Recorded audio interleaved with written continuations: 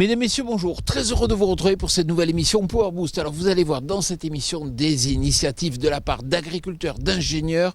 Vraiment, ça bouge dans l'agriculture. Top départ pour cette nouvelle émission Power Boost.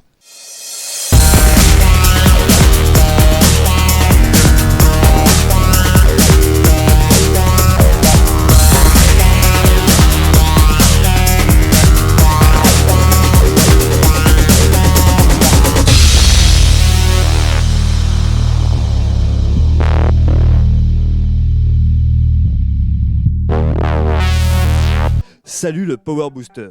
Au sommaire cette semaine, nous retournons dans le sud auprès de Rémi et Marie Deprat que nous avions rencontrés lors des vendanges. Nous discuterons de la rentabilité d'utiliser des chevaux pour réaliser certains travaux au champ. Puis, nous vous présenterons le préfabriqué, un projet d'outils modulables présenté par ses fondateurs, Simon Richard et Sonny Bagnéris.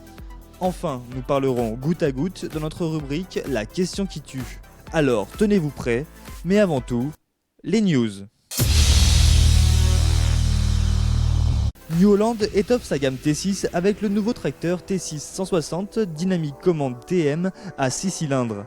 Ce modèle dispose d'un moteur 6 cylindres NEF couplé à une technologie de double enrayage et d'une transmission à variation continue. L'ensemble est compact avec un empattement de 2,6 mètres et un poids total en charge de 10,5 tonnes. La gamme T6 comprend désormais deux modèles 6 cylindres à transmission dynamique commande, l'actuel T6 180 de 145 chevaux et le nouveau T6 160 de 135 chevaux.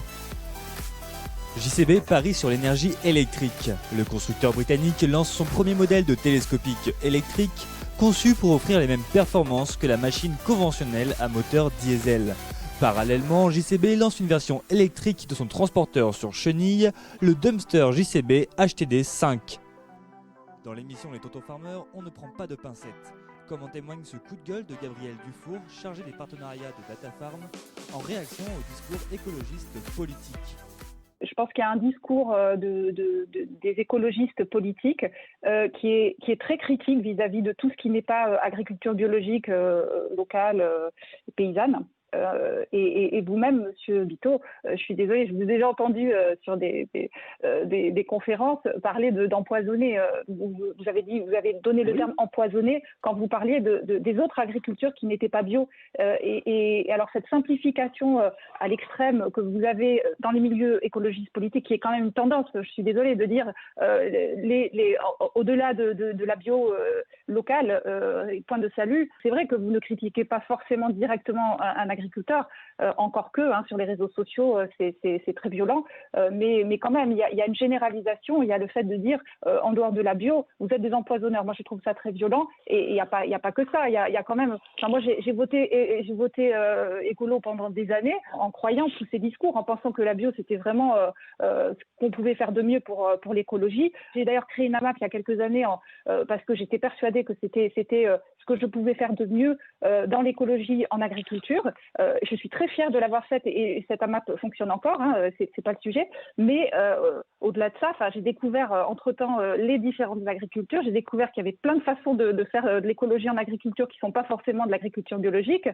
J'ai découvert qu'en fait, tous ces discours, que vous n'avez pas l'impression qu'ils sont violents, mais parce que vous avez des convictions, vous êtes persuadé que votre façon de travailler est de loin sans doute la meilleure, mais il y a d'autres façons de travailler. Ici, là, nous avons Jean-Baptiste Verviers qui fait de l'agriculture de conservation des sols. Moi, ça a été une révélation. L'agriculture de conservation des sols, c'est une agriculture régénératrice qui a pour but de recréer de la vie dans le sol, de recréer, de capter du carbone. Pour moi, il n'y a pas plus d'écolo, quoi. Et alors, par contre, on utilise un peu de glyphosate. Alors, le glyphosate, je sais que c'est quand même un de vos totems. Je suis désolée, EELV et le glyphosate, on ne peut pas en parler avec vous. Donc, il y a quand même des usages de glyphosate, par exemple, qui sont super intéressants et qui peuvent permettre à des terres de se régénérer.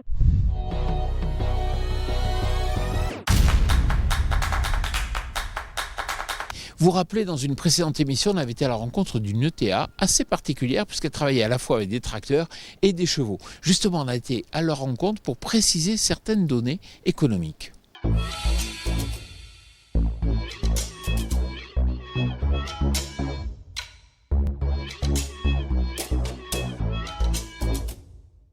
Marie-Rémy, bonjour. Bonjour Jean-Paul. Alors j'étais venu vous voir, c'était au moment des vendanges, c'était vraiment intéressant, vous avez abordé le fait que vous travaillez avec des chevaux, on en a bien parlé, on a eu plein de demandes de la part des téléspectateurs pour aller un petit peu plus loin. C'est pour ça que je reviens vous revoir ici, dans le sud de la France, puisqu'on est tout près de Cassis.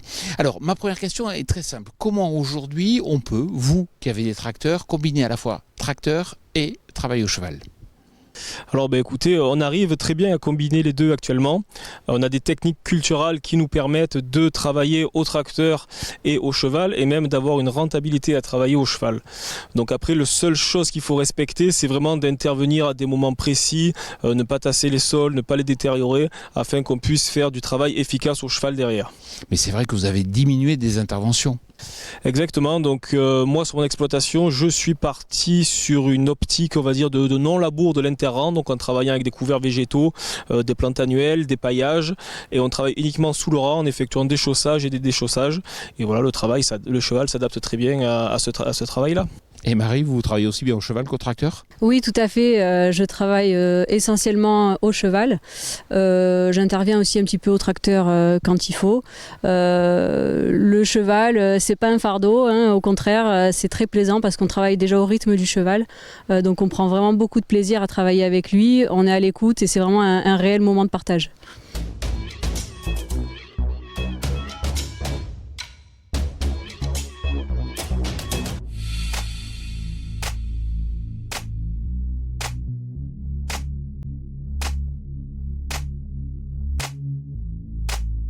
Alors, on l'avait dit dans le reportage, vous êtes à la fois ETA et à la fois vigneron, puisque maintenant vous faites votre propre vin aussi.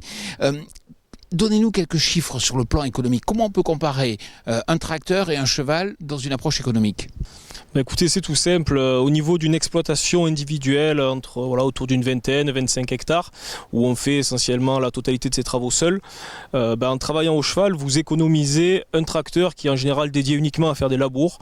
Donc vous économisez l'achat d'un tracteur et de 3 à 4 charrues. Donc on peut estimer ça entre 120 et 150 000 euros. Donc même si vous passez plus de temps à faire des travaux et des interventions en traction animale, ce qui est à peu près en général le double de temps de chaque intervention au tracteur, par rapport à l'investissement économisé et la qualité de travail, vous y retrouvez et c'est rentable. Et est-ce que le temps manque ? Ou en fait on arrive toujours à le trouver ce temps ? Du fait de diminuer ses interventions et d'adapter son mode de culture et d'intervenir au bon moment, on arrive même à se dégager du temps et on se libère du temps pour faire d'autres interventions qu'on n'avait pas le temps de faire avant. Ah mais ça c'est parce que Marie sait s'occuper des chevaux aussi. Oui, tout à fait. On les cocoune bien, hein. C'est nos petits protégés. Ils ont besoin de nos soins pour être en forme. C'est des réels sportifs. Et ils nous le rendent bien et ça c'est super. Vous sentez qu'aujourd'hui il y a un vrai marché par rapport, c'est-à-dire tous les jeunes agriculteurs qui nous écoutent, qui peuvent être dans ces configurations, qui ont une passion quand même pour le cheval, peuvent envisager de mêler les deux ? Tout à fait, il y a un développement de ce créneau-là, de par une génération qui a envie d'aller dans une agriculture, on va dire, écologique, verte, éco-responsable, et également un consommateur qui est demandeur derrière de produits issus de cette agriculture-là. Donc du coup, il y a de plus en plus de demandes tous les ans. C'est pas qu'un phénomène de mode, c'est pas qu'un phénomène publicitaire, c'est une réelle envie de redonner vie à nos campagnes, à nos sols, à nos terroirs, à notre agriculture. Et voilà, ça s'adapte très bien à tout ça. Et vous disiez, c'est même une façon de lutter contre l'agribashing dont vous souffrez, le monde agricole. Oui, en effet. Donc, le fait d'intervenir au cheval dans des vignes, on a des voisins qui viennent nous voir, on a des automobilistes qui s'arrêtent, qui sont curieux, qui viennent nous poser des questions et ça permet d'ouvrir le dialogue. Si on avait été dans les mêmes parcelles avec un tracteur, il serait passé, il aurait peut-être klaxonné, il ne se serait jamais arrêté. Donc, on arrive à ouvrir le dialogue, à discuter, à pouvoir échanger sur nos méthodes. Voilà pourquoi on fait certaines interventions, notamment l'application de produits phytosanitaires ou autre chose. Ça permet de dire quels produits on utilise, pourquoi tard dans la nuit, et ils sont plus ouverts et ils comprennent mieux. Bon, Marie, toute dernière question. Vous nous avez montré votre chai aujourd'hui, cette première cuvée. Alors, ça se passe comment ? On est vraiment content du résultat. C'est un beau produit qu'on espère qu'il va plaire. À nous, il nous plaît beaucoup en tout cas. Et la commercialisation ? Elle va commencer dès début décembre. On fait une première mise en bouteille dès début décembre. Bon, en tout cas, je vous souhaite bonne continuation et bonne chance. Merci beaucoup. Merci. Je vous invite à retrouver notre rubrique, l'interview. Alors, le préfabriqué, c'est quoi ? Alors, le préfabriqué, c'est un concept de matériel agricole pour le travail du sol et du semis entièrement modulable, à l'instar des Lego ou des mécanos. C'est-à-dire qu'on peut tout moduler, tout modifier à l'infini et tout imaginer. C'est pour quand? Les premières livraisons, elles vont en avril, grâce aux précommandes qui commenceront normalement en février. C'est cher? On va dire que pour un outil classique standard tel un échauffeur, on est dans les prix habituels, mais le but après, c'est de pouvoir changer les outils et garder le même cadre, donc on fera forcément des économies au temps d'utilisation et sur les outils en général. Qui vous aime? Les agriculteurs qui sont en recherche de nouvelles technologies et investir d'abord petit pour croître après. Qui vous déteste? À vrai dire, on ne sait pas trop. On imagine seulement les constructeurs de machines agricoles, mais aujourd'hui, on n'a pas forcément d'ennemis à proprement parler. Dans 10 ans, vous serez qui? On sera une petite boîte à taille humaine et très proche des agriculteurs et où la porte sera toujours ouverte à tout le monde. Bonne chance. Merci beaucoup. Je vous invite à retrouver notre rubrique « La question qui tue ».